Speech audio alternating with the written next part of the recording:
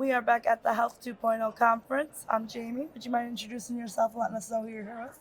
I'm Shanil Ebrahim, and I'm a partner at Deloitte, and I lead our national life sciences and healthcare consulting practice.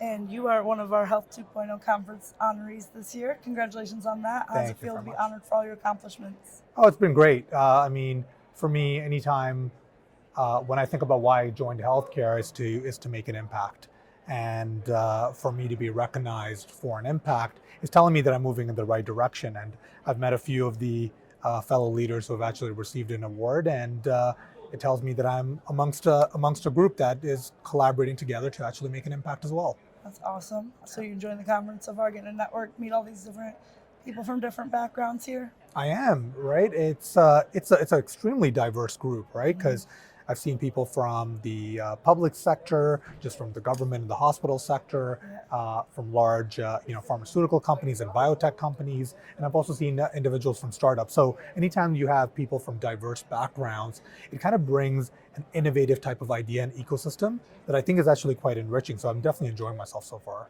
Awesome. Glad to hear that. Glad to hear that. For future aspiring leaders, what qualities do you feel are most important to make an impact in healthcare? That's a great question. I've thought about this like quite a bit over the last few years, right? And for me, it's all around immersion. Um, for a lot of aspiring leaders, a lot of us want to make an impact. Impact doesn't happen overnight. Impact is cumulative. The more you can immerse yourself in experiences and trust the process that you'd make an impact, the better it's going to be. So whenever I tell people, what are the qualities, immerse yourself, trust yourself in the process, and just ensure that you're in it for the long term as opposed to trying to do it for the short term. So I would say that was the number one type of quality that I think is going to be important. Second one is around, generally around passion. Um, a lot of times when we try to make an impact, it does take long, enduring hours. And that's very difficult to do if you do not have passion for what you're trying to do in the end, right? Whether you're trying to make it an impact in terms of the health ecosystem, whether it's directly on patients, whether it's in terms of your peers, it all takes the same level of commitment that you need. And passion really starts to drive it. So for some people, passion comes with time. Some people find it at the start. But I think it's one of the key tenets that we have to think about, as we move forward. I think that's good advice for everybody in a lot of different sectors to keep that passion, strong, and you can definitely accomplish a lot with that. Do you have any advice to give anybody who might want to follow in your footsteps on how they can keep their passion alive, keep making that impact strong? Yeah, I would say try to delve into a diversity of experiences. For me, it was one of the biggest reasons that I feel like I understood how to make an impact. I came from originally from the hospital sector. I went into the research sector, then into the academic sector, then with consulting, and I was consulting with public sector and government bodies at the start.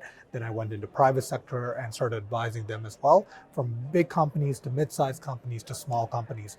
But each of them gave me a different lens into what healthcare means. I saw it from a payer perspective. I saw it directly working with patients. I saw it working with the ministers. And I think each of those gives you a different, diverse and different perspective. So when anyone actually comes in and asks me, what made me successful? I mean, I'm a little bit biased, but I would think it's primarily that diversity. So if you end up always being in your comfort zone, you end up seeing a sliver. The sliver is important. You get to have the depth of knowledge, but it doesn't give you an idea around how other stakeholders are thinking. So I would really try to enrich or provide advice around getting a diversity of experience. It's definitely good advice. Again, I think that could apply for, like I said, for the other one too, just for anybody who's looking to succeed in their passions there and what they're trying Absolutely, to do. So absolutely. definitely great advice there.